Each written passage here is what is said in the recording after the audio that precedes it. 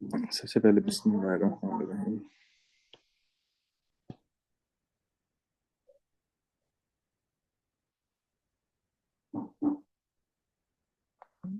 Okay हो गया जी, आ रही है आवाज। अच्छा बच्चों, सबसे पहले अभी हमने जो कंटिन्यू करना है वो है आप लोगों का कि जस्ट इमेजिन करें कि एक तरह का कौन से ऐसे पैथोजेंस होते हैं जो कि आपकी बॉडी के अंदर कंजेनिटल डिजीजेस करवा सकते हैं ड्यूरिंग ऑब्स्टे, मतलब कि एक फीमेल प्रेग्नेंट हो गई है, अब उसकी डिलीवरी होनी है, तो डिलीवरी के दौरान आपने ये देखना है या उससे पहले आपने देखना है कैसे कौन से पैथोजेंस हैं जो कि आपकी बॉडी के अंदर क्या करवा सकते हैं, आपकी बॉडी के अंदर इन्फेक्शन, और बच्चे के अंदर भी क्या करवा सकते हैं, एक तरह का इन्फेक्शन करवा सकते होते हैं। तो इनको हम क्या कहते होते हैं, कंजेनिटल इन्फेक्शंस। तो सबसे पहले हम ये डिस्कस करेंगे कंजेनिटल इन्फेक्शंस कौन कौन सी हैं। कंजेनिटल इन्फेक्शंस, ये आपका फर्स्ट टॉपिक है। देखो बच्चों, कंजेनिटल इन्फेक्शंस के अंदर आपने ये बात अपने जहन के अंदर रखनी है कि आपका एक पैथोजन होता है जिसको आप, नाम हम इस वजह से भी याद करते होते हैं टॉर्च के नाम से। आपको पता होगा, इतना सबको पता होगा कि कंजेनिटल जो इन्फेक्शंस होती हैं वो टॉर्च के नाम से जानी जाती हैं।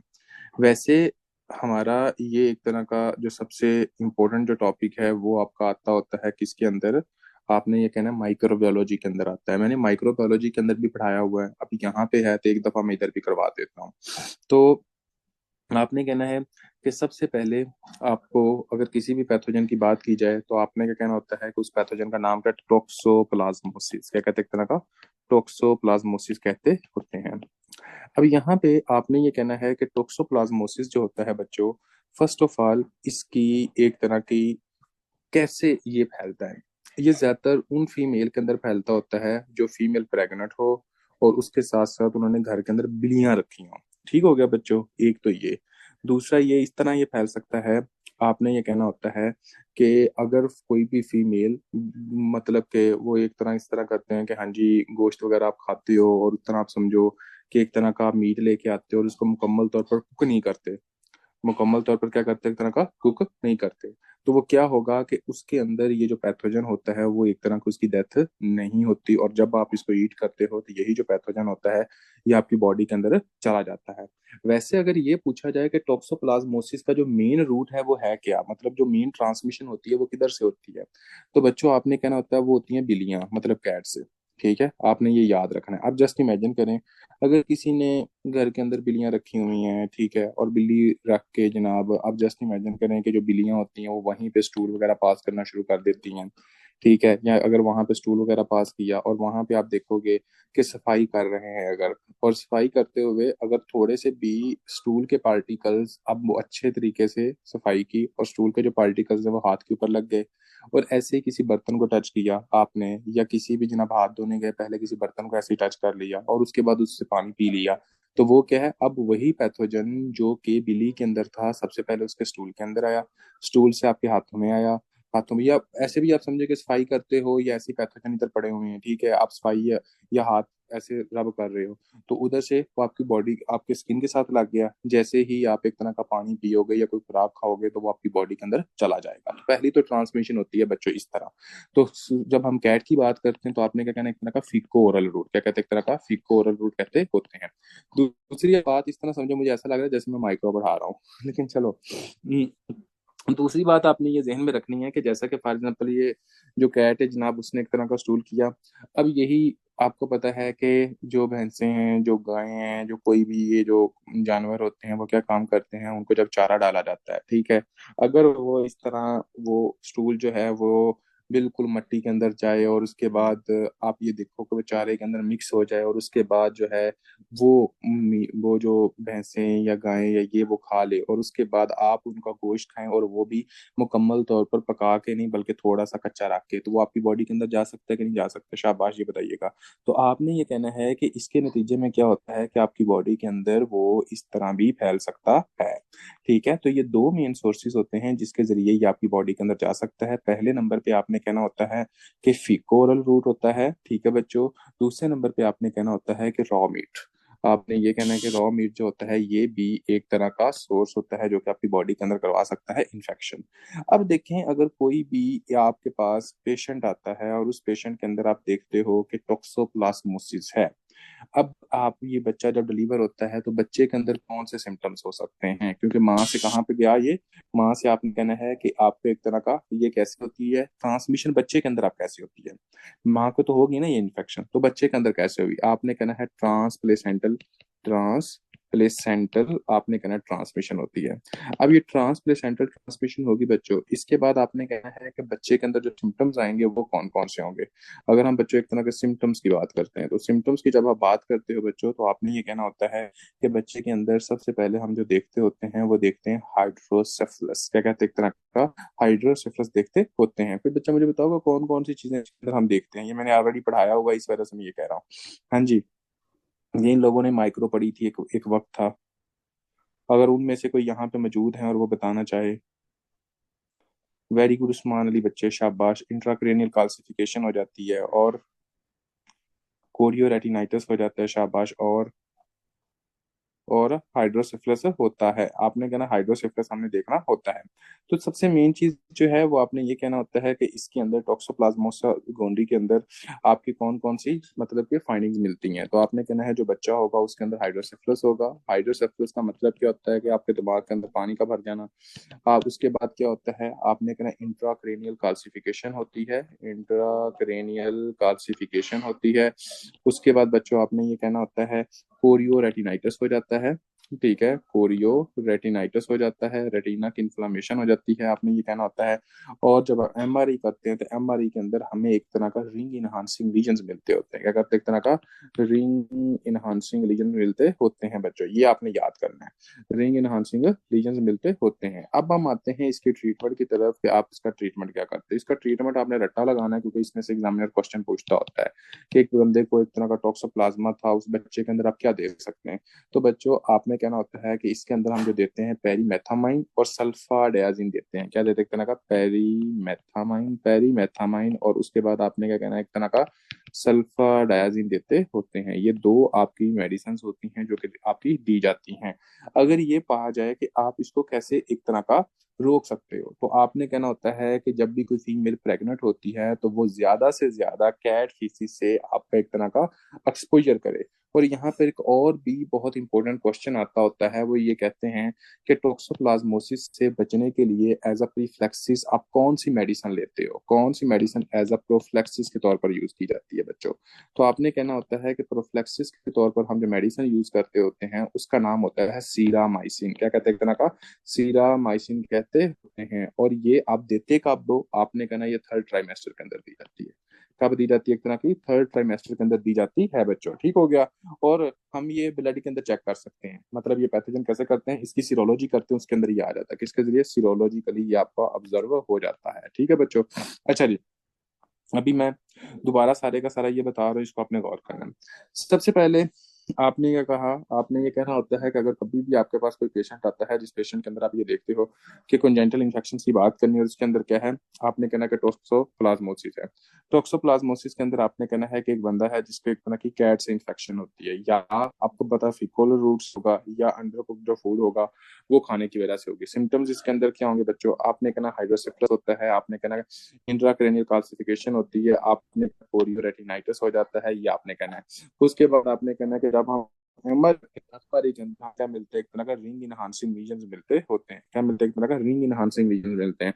ट्रीटमेंट के अंदर आपने क्या कहना है, पेरीमेथामिन और उसके बाद सल्फाडायाजिन देने, क्या एक तरह का पेरीमेथामिन और सल्फाडायाजिन देनी होती है। और प्रोफ्लेक्सिस के अंदर आपने क्या करना है, सीरामाइसिन देनी है, और इसके साथ आपने कब देनी है, थर्ड ट्राइमेस्टर के अंदर देनी है। जी बच्चों समझ आइए, कोई नहीं, शाबाश, ये बताइएगा ये टॉक्सास्मोसिस के अंदर।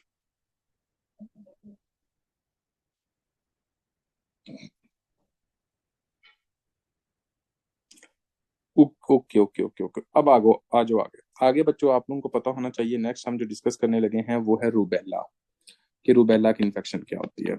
ठीक है, रूबेला किस तरह इन्फेक्शन करवाता है। तो देखिए बच्चों, रूबेला की इन्फेक्शन के बारे में आप लोगों को पता होना चाहिए कि इसके अंदर आपने जो बातें याद रखनी है वो क्या। अगर आपसे कभी भी ये पूछा जाए ना कि रूबेला आपकी बॉडी के अंदर बच्चे के अंदर ये कब जाता है बच्चे के अंदर, आपने कहना है कि रूबेला माँ से बच्चे के अंदर आपका फर्स्ट ट्राइमेस्टर के अंदर जाता है। और इसकी ट्रांसमिशन क्या है? आपने कहना ट्रांस प्लेसेंटल ट्रांसमिशन होती है। क्या होती है? एक तरह की ट्रांस प्लेसेंटल ट्रांसमिशन होती है। तो आपने यहाँ पे कहना ट्रांस प्लेसेंटल ट्रांसमिशन होती है। और ये कब जाता है? आपने बच्चों ये कहना है कि ये फर्स्ट ट्राइमेस्टर के अंदर ही बच्चे के अंदर चला जाता है। ठीक है। उसके बाद अगर आपसे ये कहा जाए कि एक तरह का, जब भी कोई बच्चा आपके पास आता है जिसके अंदर आप ये देखते हो कि उसके अंदर रूबेला की इन्फेक्शन है, तो रूबेला इन्फेक्शन वाला जो बंदा होगा उसके अंदर बच्चा जो होगा उसके अंदर जो रैश आपके सिम्टम्स होंगे वो कौन कौन से होंगे रूबेला का। ठीक है। अब आपने कहना है कि रूबेला वाला जो बच्चा होगा उसके अंदर हम क्या देखते होते हैं? आपने ये कहना है कि उसके अंदर आपका एक तो हियरिंग लॉस देखते हैं कि एक तरह का हियरिंग लॉस देखने को मिलता है बच्चों। दूसरे नंबर पे आपने ये कहना होता है कि इसके अंदर मेंटल रिटार्डेशन होता है। मेंटल रिटार्डेशन होता है। तीसरे नंबर पे आपने ये कहना होता है कि इसके अंदर हम कैटरैक्ट देखते होते हैं। और चौथे नंबर पे आपने कहना होता है कि इसके अंदर हम ब्लूबेरी, या इसको आप कहते हैं ब्लूबेरी, या फिर एक तरह का हम मुफिन रैश देखते होते हैं। ये आपने याद करना है, मुफिन रैश देखते हैं बच्चों। और अगर कभी भी आप लोगों से पूछा जाए कि आपकी रुबेला की जो एसोसिएशन होती है वो किसके साथ होती है, तो आपने कहना होता है कि रुबेला की जो आपकी एक तरह की एसोसिएशन होती है वो आपने कहना होता है कि ये आपके हार्ट की डिजीज के साथ होती है जिसको आप कहते हो पीडीए। पीडीए मतलब कि पेटेंट डक्टस आर्टरियोसिस। किसके साथ एसोसिएशन होती है? तो एसोसिएशन की बच्चों जब बात आती है तो आपने क्या कहना है, एक तरह का पीडीए के साथ होती है, पेटेंट डक्टस आर्टरियोसिस के साथ होती है। यहाँ तक कोई बच्चा जिसको नहीं समझ आई वो बंदा पूछे, वरना हम आगे कंटिन्यू करते हैं जी बच्चों। शाबाश। यहाँ तक कोई ऐसा बच्चा जिसको नहीं समझ आई, रुबेला क्या करवाती है? आपकी बॉडी के ऊपर रैश करवाती है। रुबेला क्या करवाएगी? रैश करवाएगी। उसके बाद आपने क्या करवाएगा? मेंटल रिटार्डेशन करवाएगी, कैटरैक्ट करवाएगी। ठीक है। और हियरिंग लॉस करवाती होती है। नेक्स्ट आप लोगों को पता होना चाहिए बच्चों कि ये आपकी बॉडी के अंदर इसका कोई ट्रीटमेंट है। आपने कहना है कि रुबेला का हमेशा सिम्टोमेटिक ट्रीटमेंट होता है। क्या होता है? एक तरह का सिम्टम्स को ठीक करने के लिए ट्रीटमेंट होता है, सिम्टोमेटिक ट्रीटमेंट हम देते होते हैं। क्या इसको प्रिवेंट किया जाता है बच्चों? तो आप कहते हैं कि बिल्कुल भी किया जाता है। ठीक हो गया।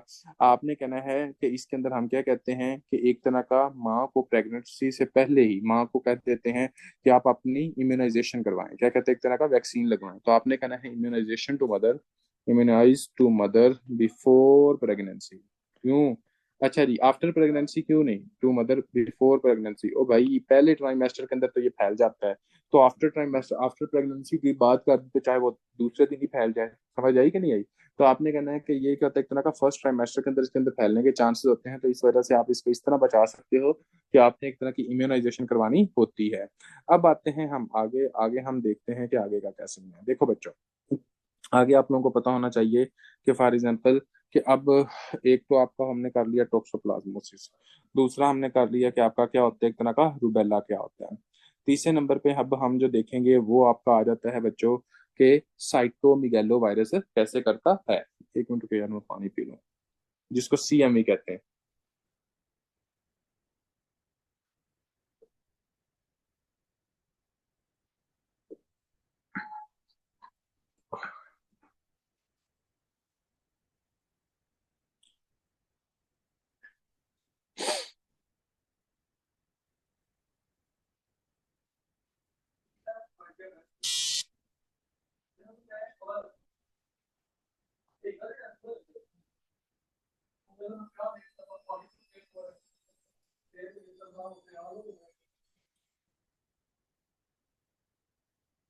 क्या ज्वाइन नहीं हो रहा बच्चों का कुछ का?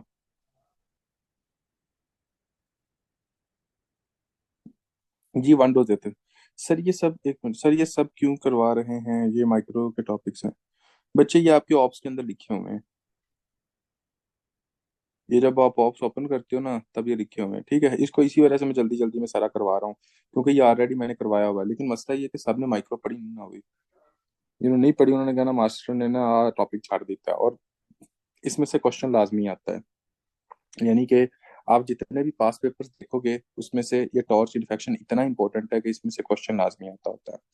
अच्छा बच्चों, अब हम जो डिस्कस करने लगे हैं वो क्या है? आपका सीएमवी है, साइटोमिगेलो वायरस क्या होता है। साइटोमिगेलो वायरस के अंदर आपने ये कहना होता है कि ये भी कैसे फैलता है? ट्रांसप्लेसेंटल फैलता है। कैसे फैलता है? एक तरह का ट्रांसप्लेसेंटल फैलता है। इसके अंदर मैंने मतलब वही जो जरूरी इंफॉर्मेशन है वही हम देखेंगे। उसके बाद बच्चों सीएमवी के अंदर भी क्या होता है, आपने एक बात अपने जहन के अंदर रखनी है सी से मैंने याद करने का, सीएमवी से याद करने का मैंने तरीका आपको बताया था। सीएमवी और उसके बाद टोक्सोप्लाज्मोसिस को आप कैसे एक दूसरे को हम डिफरेंशिएट कर सकते हैं। हाँ जी, किसी को पता है कि मैंने उस वक्त पढ़ाया था कि इसको हम कैसे एक तरह का वी वेंट्रिकुलर, वेरी गुड, शाबाश उस्मान। मैंने कहा था कि इसके अंदर हम क्या देखते हैं, वेंट्रिकुलर calcification देखते हैं। क्या क्या देखते हैं, वेंट्रिकुलर calcification देखते होते हैं। उसके अंदर क्या होता है, उसके टोक्सोप्लाज्मोसिस के अंदर आपका डिफ्यूज calcification होती है, मतलब पूरे का पूरा जो आपका ब्रेन होता है उसके अंदर calcification हो जाती है। लेकिन यहाँ पे क्या होता है कि ब्रेन के जो सिर्फ वेंट्रिकल्स होते हैं ना बच्चों, वो भाई ब्रेन के वेंट्रिकल्स का पता है ना सबको, एक लेटरल वेंट्रिकल होता है, थर्ड वेंट्रिकल होता है, ये वो, ठीक है, ये सारा। एम से क्या होता है, एम से आपने कहना माइक्रोसिफेली हो जाती है। तो मैंने कहा था कि देखें, हालांकि उसमें भी माइक्रोसिफेली हो सकती है, लेकिन वहां पे मैंने ये कहा था कि देखो अगर किसी के पेट मतलब सर के अंदर पानी पड़ गया तो क्या है, आपने कहना है कि हाँ जी जनाब, अगर किसी के सर के अंदर पानी पड़ गया तो उसकी वजह से आप क्या देखते हो, आपने ये कहना है कि वो सर फूल जाता है, सर बढ़ जाता है, ठीक हो गया। और सी से क्या आएगा, शाबाश है। तो बच्चों आपने कहना होता है सी से आपका एक तरह का रेटिनाइटिस आता है, कोरियो रेटिनाइटिस, आपने कंजक्टिवाइटिस, ये सारे के सारे फीचर्स आ सकते हैं, कोरियो रेटिनाइटिस, ये वो, ये हुआ। इसके बाद आपने कहना होता है कि और क्या हो सकता है, और आपने बच्चों ये याद इस तरह करना है कि जो आप लोगों का सीएमवी होती है ये आपकी बॉडी के ऊपर रैशेस करवाती है। क्या करवाती है, एक तरह की पेटिकियल रैशेस, यानी कि आपकी बॉडी के ऊपर आपने कहना पेटिकियल रैशेस करवाती होती है बच्चे के अंदर। इसके बाद अब हमने इसको एक तरह का डायग्नोज कैसे करना है। बच्चों आप इसका डायग्नोज करते होते हो, या तो वो यूरिन कल्चर लेते होते हो बच्चे का, ठीक है, या फिर हम क्या करते हैं, पीसीआर करते होते हैं, ठीक है, क्या करते हैं, एक तरह का पीसीआर करते होते हैं, ये आपने कहना होता है। दूसरे नंबर पे आपने कहना होता है कि इसका ट्रीटमेंट क्या है। आपने कहना है कि इसके ट्रीटमेंट के अंदर हम देते होते हैं जिन साइक्लोविर, कहते हैं एक तरह का जिन साइक्लोविर देते हैं बच्चों, ये आपने याद रखना है। और कोई प्रिवेंशन है इससे बच्चों, आपने कहना है कि इसकी कोई भी खास प्रिवेंशन नहीं होती जो कि हम प्रिवेंट कर सके इसको, ठीक हो गया बच्चों। तो ये था आपका एक तरह का साइटोमेगैलो वायरस या सीएमवी कैसे आपकी बॉडी को अटैक करता है। अब आज जनाब आगे आगे हम डिस्कस करने लगे हैं आपका एक तरह का मतलब कि आपने कहना है हर्पीस सिंप्लेक्स वायरस। सबसे पहले हम हर्पीस को देखेंगे कि एचएसवी जो होता है, हर्पीस सिंप्लेक्स वायरस आपकी बॉडी के ऊपर कैसे अटैक करता है।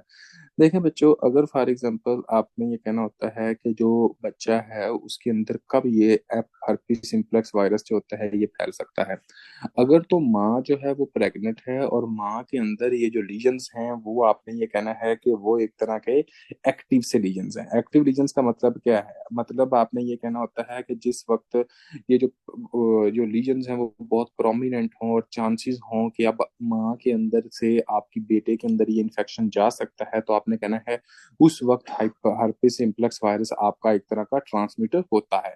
तो आपने कहना है कि ये कैसे होता है, आपने कहना है कि ये इंट्रापार्टम ट्रांसमिशन इसकी होती है, इंट्रापार्टम ट्रांसमिशन होती है। और कब होती है, आपने कहना है कि अगर माँ के अंदर एक तरह की एक्टिव लीजन्स हो, एक्टिव लीजन्स हो, ठीक है। अब इस यहाँ पे एक्टिव लीजन्स क्यों लिखा हुआ है बच्चों, एक्टिव लीजन्स इस वजह से लिखा हुआ है कि कभी कभी किसी को हर्पीस सिम्प्लेक्स विच टाइम कौन सी बात कर रहे हैं, ये आप सिरोलॉजी करवाते हैं, सिरोलॉजी करवा कर फौरी पर जब आपको पता लगे कि किसी ट्राइमेस्टर के अंदर भी है तो आपने उसी वक्त ट्रीट करवाना शुरू कर देना। ये नहीं है कि हाँ जी जनाब आप वेट करो, जस्ट इमेजिन करो कि हाँ जी जनाब आपका कोई दुश्मन आपके पास बैठा हो, आप ये कहो कि हाँ जी दुश्मन जो है वो आप कितने साल बाद उसको कत्ल करोगे, वो फैल रहा है तो फैल रहा है, वैसे बात करना ये ना किसी ने को मार ही ना देना। तो आपने क्या कहना है कि हाँ जी इसके अंदर हमने क्या कहना है, आपने कहना है कि इंट्रापार्टम जो होती है वो जनाब बच्चों ट्रांसमिशन होती है, एक्टिव लीजन्स होती हैं। एक्टिव लीजन्स का मतलब क्या है, एक्टिव लीजन्स का मतलब बच्चों ये होता है कि आपका ये हर्पीस सिम्प्लेक्स वायरस है ना, ये अगर किसी को हो गया है ना तो इसका मतलब ये नहीं है कि उसके अंदर 100% ये लीजन्स होते ही हैं। अगर उसकी इम्यूनिटी बहुत स्ट्रांग है ना तो कभी कभी आपका ये हर्पीस सिम्प्लेक्स वायरस जो होता है ये इसकी फैमिली का जो वायरस है ये आपके एक तरह का डॉर्मेंट कंडीशन में भी चले जाते हैं, ठीक है, जिस वक्त फिर ये आपकी बॉडी के अंदर फैल नहीं रहे होते। तो अगर तो ये एक तरह का एक्टिव स्टेज के अंदर है तो उस वक्त फिर क्या होगा, मतलब कि ये आपकी बॉडी के अंदर एक तरह के फैल सकते हैं, ये ट्रांसमिशन कर सकते हैं। तो आपने कहना कि इसकी ट्रांसमिशन कब होती है, आपने कहना एक्टिव ट्रांसमिशन होती है उस वक्त हम इसको देख सकते हैं। उसके बाद बच्चों बताना है कि इसके बाद क्या, आपने ये कहना है कि अगर किसी फीमेल के अंदर बच्चे के अंदर एक तरह का ये होता है तो उसकी वजह से हम क्या देखते हैं, स्किन की डिजीजेस, आईज इन्वॉल्वमेंट देखते हैं और माउथ की इंफेक्शन हो जाती है। बच्चों आप इसमें पढ़ते हो तो herpes simplex virus type 1, type 1 का क्या होता है, जो लेबियाज जो माउथ के ऊपर अटैक करता है। टाइप 2 क्या होता है, जो जेनिटल्स के ऊपर अटैक करता होता है। तो आपने कहना है हर्पीस सिम्प्लेक्स वायरस जो टाइप 1 होती है वो मेनली बच्चे के ऊपर अटैक करती है।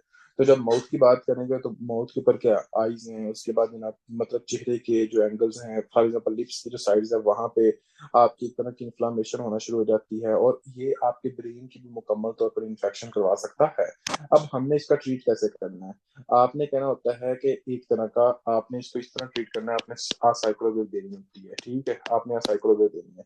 साइटोमेगालो वायरस के अंदर आप क्या देते थे बच्चों? आपने कहना है कि जेन साइक्लोविर देते हैं। हर्पिस सिम्प्लेक्स वायरस के अंदर आप क्या देते हो? आपने कहना है कि हम एक तरह का इसके अंदर असाइक्लोविर देते हैं। देखें, एक बात आप लोग अपने जहन के अंदर रखें, अगर कभी भी किसी का पता चल जाए ना कि एक माँ को इस तरह की कोई ना कोई इन्फेक्शन है और आप उसको बचाना चाहते हो बच्चे को, कि बच्चे को इन्फेक्शन ना हो, तो कोशिश करें कि बच्चे और माँ का जो कांटेक्ट है वो कम से कम हो। ठीक है, आपने क्या कहना है, एक तरह का बच्चे और माँ का कांटेक्ट जो है वो कम से कम। इसका मतलब क्या है? देखिए, जस्ट इमेजिन करें कि अगर कोई फीमेल के अंदर एसवीडी होती है, सिंपल वजाइनल डिलीवरी होती है, ठीक है, तो अब मुझे ये बताइएगा कि उसमें से जो बेबी डिलीवर हो रहा होगा उसके अंदर माँ का बच्चे के साथ कांटेक्ट ज्यादा नहीं होगा as compare to C section? C section में तो ये कि यूट्रस से बच्चे को बाहर निकाल लेना, लेकिन अब आप देखें कि अगर कोई नॉर्मल डिलीवरी होगी तो यूट्रस से बच्चा कहाँ आएगा? आपने कहना सर्विक्स के अंदर आएगा, सर्विक्स से फिर एक तरह का आहिस्ता आहिस्ता बाहर निकलता जाएगा। तो यहाँ पर जो एक तरह का कॉन्टेक्ट जो है वो ज्यादा है as compare to C section. तो आप इसके अंदर बेहतर क्या कि सी सेक्शन करें, ठीक है, ये आपने याद रखना है बात को कि हम क्या करेंगे, एक तरह का सी सेक्शन करते होते हैं।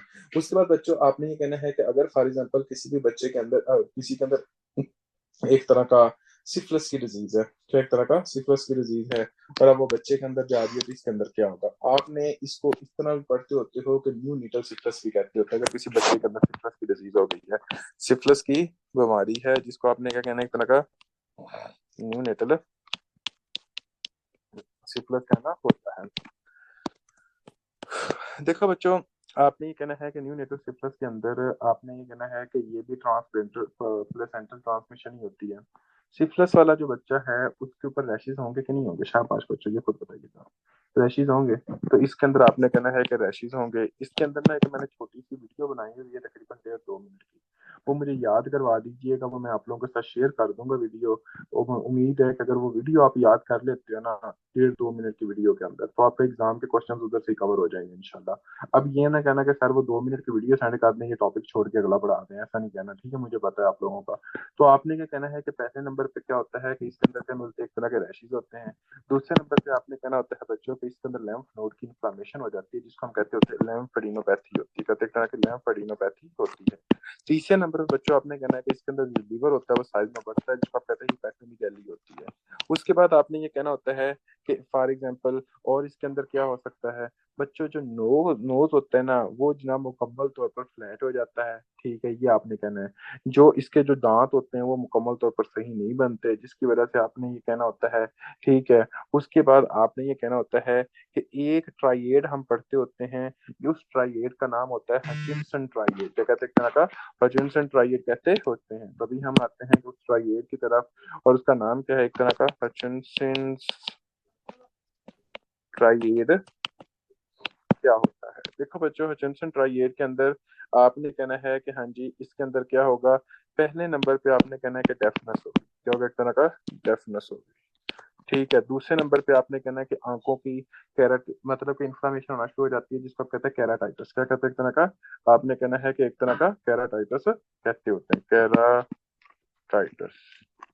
तीसरे नंबर पे आपने ये कहना होता है कि इसके अंदर हम पेग शेप्ड सेंट्रल इंसीजर्स देखते होते हैं, क्या देखते हैं, इंसीजर्स, यानी कि ये दांतों की बात कर रहा है जो ये कह रहा है।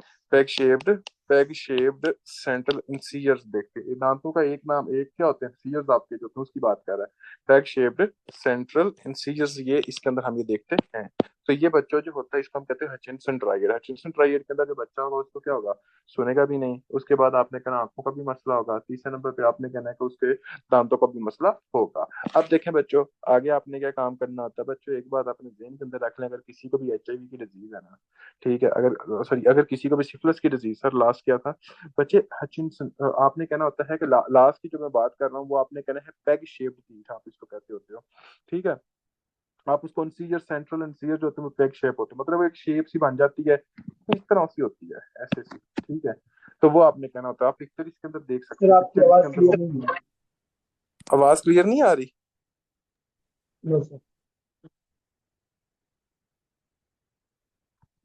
क्लियर है? ओके जी। हाँ जी, अब क्लियर है।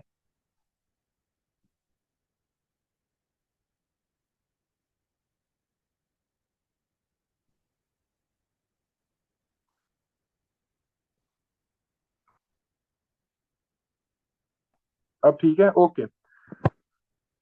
दूर से आ रही है। मैंने तो वो कहते हैं कि मोबाइल अपने और टैब जो है वो बिल्कुल पास रखा हुआ है।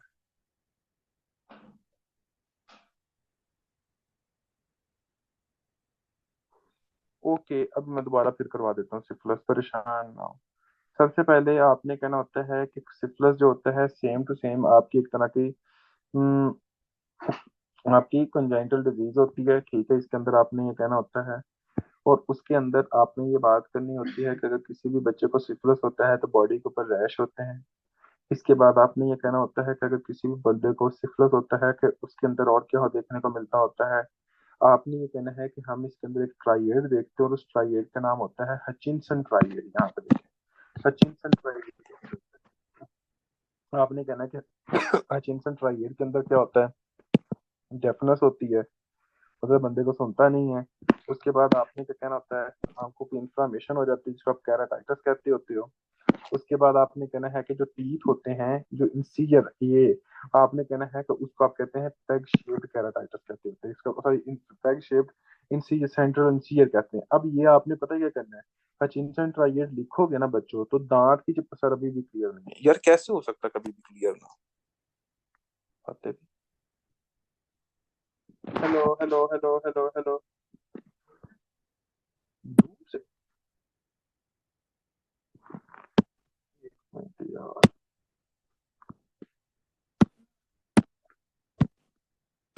ओके,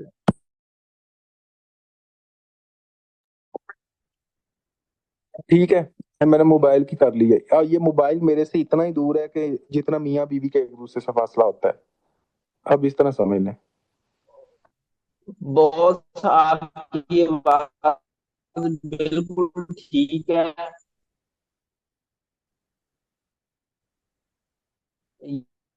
ये जो सीप स्टूडेंट्स तेरी कंप्लेन कर रहे हैं, बात ठीक। काइंडली आप एक दफा अपनी हैंड फ्री भी चेक कर लें कि वो ठीक है या नहीं। हाँ, हैंड फ्री ना लगाइए, ये ना हो। अच्छा जी, अब देख लो बच्चों कि फॉर एग्जांपल भाई की आवाज ही ठीक नहीं है। भाई की आवाज ही ठीक नहीं है। ओके हो गया यार। हाँ, अब इससे ज्यादा मैं, अब देखें कि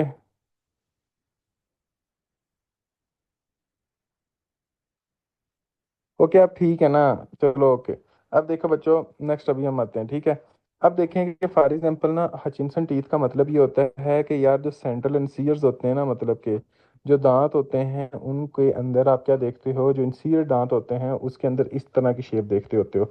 और जब आप इसकी पिक्चर देखोगे ना, ठीक है, तो आप ये देख, hello hello hello hello hello hello. Sir आपकी वॉइस बिल्कुल ठीक है।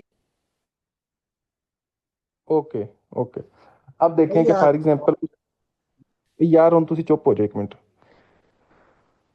मैं घंटे ਦਾ इंदे उत्ते ही सर लगा हुआ आप है जी। टॉपिक कंप्लीट करवाएं, आप बाद में रिकॉर्डिंग दे देना। अच्छा जी, अब देखें कि फॉर एग्जांपल आपने ये कहना होता है। अब देखें बच्चों क्या हुआ, आपने कहना है कि सिफिलिस के अंदर इंट्रापार्टम या ट्रांसप्लेसेंटल ट्रांसमिशन होती है, नंबर 1। आपने कहना है इसके ऊपर क्या होते हैं, स्किन के ऊपर रैश बनते होते हैं बच्चों, ठीक है। जो बच्चा होगा उसके क्या होगा, एक तरह के रैशेज होंगे। उसके बाद बच्चों आपने क्या कहना है, आपने कहना है इसके अंदर हम लेम्फेडिनोपैथी देखते हैं, लेम्फ नोड जो होते हैं उसकी इन्फ्लेमेशन हो जाती है। तीसरे नंबर पे आपने क्या कहना होता है, आपने ये कहना है कि इस जो बच्चा जो होगा इसके अंदर आप क्या देख सकते हैं, सैडल नोज, आप इसको कहते हैं कि नोज सही तरह नहीं बनता। तीसरे नंबर पे आपने कहना इसके अंदर हम हचिंसन ट्राइएड देखते हैं। अब ये हचिंसन ट्राइएड का मतलब क्या है बच्चों, इसकी जो पिक्चर है ना वो बहुत अच्छे तरीके से आपकी माइक्रोबायोलॉजी के अंदर भी दी हुई है। अभी हम अगर उधर जाएंगे तो आपको मैं बता दूं कैसे है, दिखाता हूँ आप लोगों को। आपने कहना है कि वहां पे क्या होगा, आपने कहना है बच्चों कि हचिंसन ट्राइएड के अंदर एक तो बंदे को सही तरह सुनता नहीं है, डेफनेस होगी, ठीक है। दूसरे नंबर पे आपने कहना है कैराटाइटिस होगी, ठीक है बच्चों। तीसरे नंबर पे आपने ये कहना होता है कि पैग शेप्ड सेंट्रल इंसिजन होते हैं। कौन सी? पैग शेप्ड सेंट्रल इंसिजन्स होते हैं, ये आपने कहना है। अब देखो, अब आपको किसी भी बंदे को सिफिलिस है तो उसको आपने डायग्नोज तो करना है। अब अगली बात ये है कि आप डायग्नोज किस तरह कर सकते हैं। डायग्नोज करने का जो तरीका होता है, पहले नंबर पे आपने कहना है कि हम इसके लिए क्या करते हैं, एक तरह का डार्क फील्ड माइक्रोस्कोपी टेस्ट करते हैं। डार्क फील्ड माइक्रोस्कोपी टेस्ट बच्चों पता है कौन सा होता है? आपने ये कहना है कि जस्ट इमेजिन करें कि ये कोई जेनिटल एरिया है, ठीक है, ये जेनिटल एरिया, वहां पे ये जनाब आपका लीजन बना हुआ है। तो जैसे माइक्रोस्कोपी नहीं होती, हम ऊपर से जनाब इसको देख रहे होते हैं, ठीक है, तो इसको आप कहते होते हो डार्क फील्ड माइक्रोस्कोपी। क्या कहते हैं? एक तरह का डार्क फील्ड माइक्रोस्कोपी कहते होते हैं। एक बात, दूसरे नंबर पे आप कौन सा टेस्ट करते होते हो? दूसरे नंबर पे बच्चों आपने ये कहना होता है कि जो हम टेस्ट करते हैं उस टेस्ट का नाम होता है कि आपका ब्लड टेस्ट।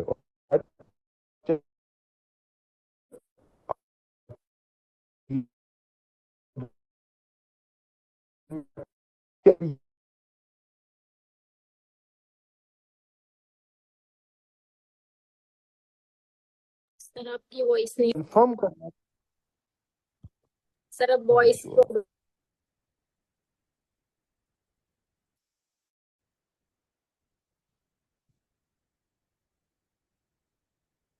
अब आ रही है आवाज? Hello, hello, hello, hello, hello, hello, hello, अभी सही है। Hello, hello. ओके, अगर आ रही है तो एक मिनट दोबारा पूछ लो। ओके, अब देखें, आपने कहना है कि इसके अंदर क्या होगा कि फॉर एग्जांपल मैं टेस्ट दोबारा बता देता हूँ। बच्चे, सबसे पहले हम क्या करते हैं, डार्क फील्ड माइक्रोस्कोपी टेस्ट करते हैं, जिससे देखते हैं, ठीक हो गया कि हाँ जी लीजन है। दूसरे नंबर पे आप कौन सा टेस्ट करते हो? आपने कहना है हम ब्लड टेस्ट करते होते हैं, और उस टेस्ट का नाम होता है VDRL और RPR। VDRL और RPR मोस्ट स्पेसिफिक टेस्ट नहीं है, ये आपका एक तरह का क्या है, सेंसिटिव टेस्ट है। समझ आ रही है? अगर बच्चों आपसे ये कहा जाए कि सबसे जो बेस्ट और स्पेसिफिक जो टेस्ट है वो कौन सा है,